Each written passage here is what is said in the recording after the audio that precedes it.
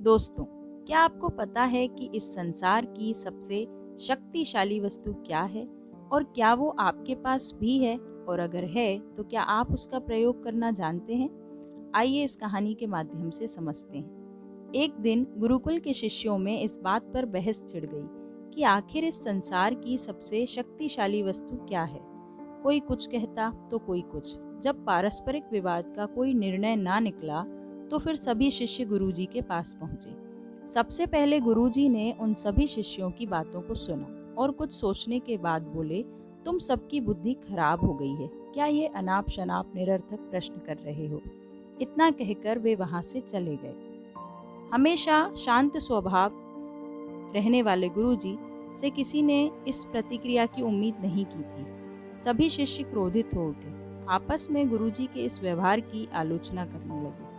अभी वे आलोचना कर ही रहे थे कि तभी गुरुजी उनके समक्ष पहुंचे और बोले, मुझे तुम सब पर गर्व है।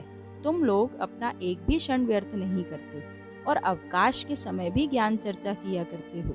गुरुजी से प्रशंसा के बोल सुनकर शिष्य गदगद हो गए। उनका स्वाभिमान जागृत हो गया और सभी के चेहरे खिल उठे।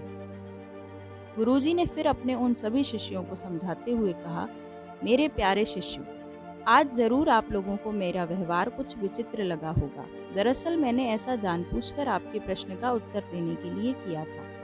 देखिए, जब मैंने आपके प्रश्न के बदले में आपको भला बुरा कहा तो आप सभी क्रोधित हो गए और मेरी आलोचना करने लगे। लेकिन जब मैंने आपकी प्रशंसा की तो आप सब प्रसन्न हो गए। संसार में वाणी से बढ़कर दूसरी कोई शक्तिशाली वस्तु नहीं है। वाणी से ही मित्र को शत्रु और शत्रु को भी मित्र बनाया जा सकता है। ऐसी शक्तिशाली वस्तु का प्रयोग व्यक्ति को सोच समझकर करना चाहिए। वाणी का माधुर्य लोगों को अपनी ओर आकर्षित कर लेता है। गुरुजी की बातें सुनकर शिष्यगण संतुष्ट होकर लौट आए और उस दिन से मीठा बोलने का अभ्यास करने लगे। Moral of the story. दोस्तों, हमारी बोली या हमारी वाणी बेहद शक्तिशाली होती है। जरूरत है इसका सही प्रयोग करने की। यदि हम अपनी बोली अच्छी रखते हैं और अपनी बात बिना औरों को ठेस पहुंचाए कहते हैं तो ये हमारे व्यक्तित्व को संवारता है और हमें लोगों के बीच लोकप्रिय बनाता है। वहीं अगर हम नॉर्मल बात भी डिसरिस्पेक्ट या क्रोध के साथ कहते हैं तो ना तो हम ठीक से अपना मैसेज पहुंचा पाते हैं और ना ही दूसरों के दिल में अपने लिए कोई जगह बना पाते हैं। तो हमेशा हमें सही शब्दों और सही लहजे का चुनाव करना चाहिए। धन्यवाद।